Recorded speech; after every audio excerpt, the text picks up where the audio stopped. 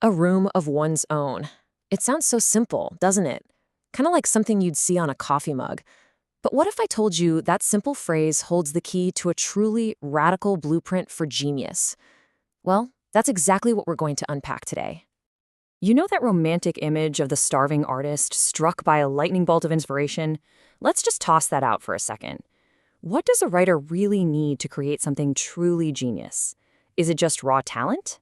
Well, back in 1929, Virginia Woolf gave us a much more practical and honestly provocative answer. And here it is, plain and simple. A woman must have money and a room of her own if she is to write fiction. Now, this wasn't just some casual suggestion. For Woolf, this was the absolute, non-negotiable starting point. And think about how bold a claim that is. Genius isn't just born, it has to be funded and protected. And that one little idea, it changes everything.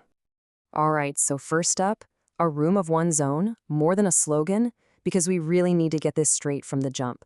This is so much more than a catchy line. It's the title of Woolf's groundbreaking essay, and it's basically the opening shot in a revolutionary argument about art, power, and history itself. You know, what's so fascinating is how she makes her case. This isn't some stuffy academic paper. The book itself is this incredible hybrid. It's part essay, part story, part memoir, part criticism.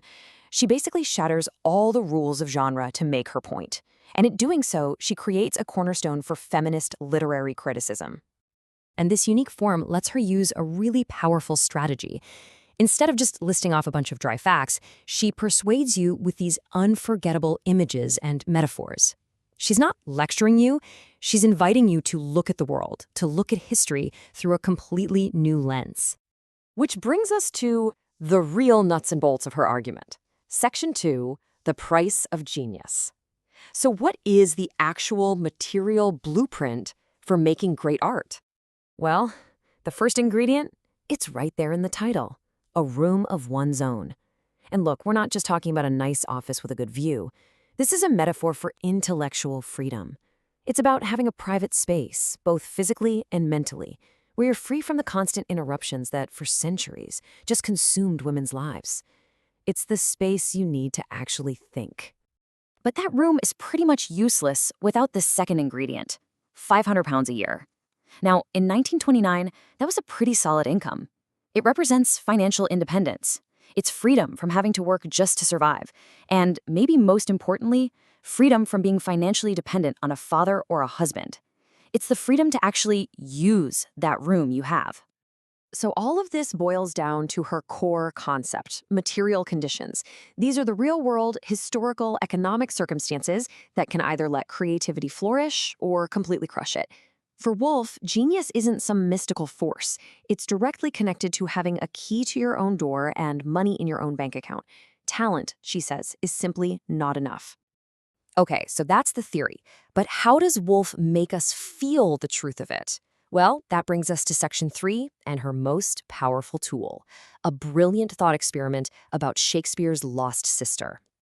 Woolf asks us to just imagine for a minute. Imagine that William Shakespeare, this towering figure of English literature, had a sister. And not just any sister, but one who is his equal in every single way. Woolf gives her a name, Judith. And in this story, Judith is just as talented, just as ambitious, just as imaginative as her famous brother. She has that same fire of genius burning inside of her. But, and this is the entire point, here's the tragic difference.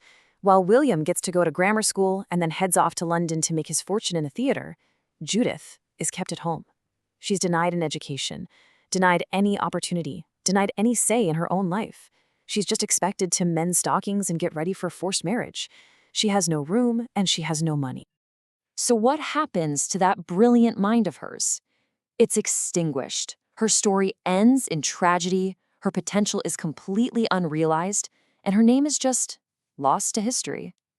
Through Judith, Woolf makes this emotionally devastating point.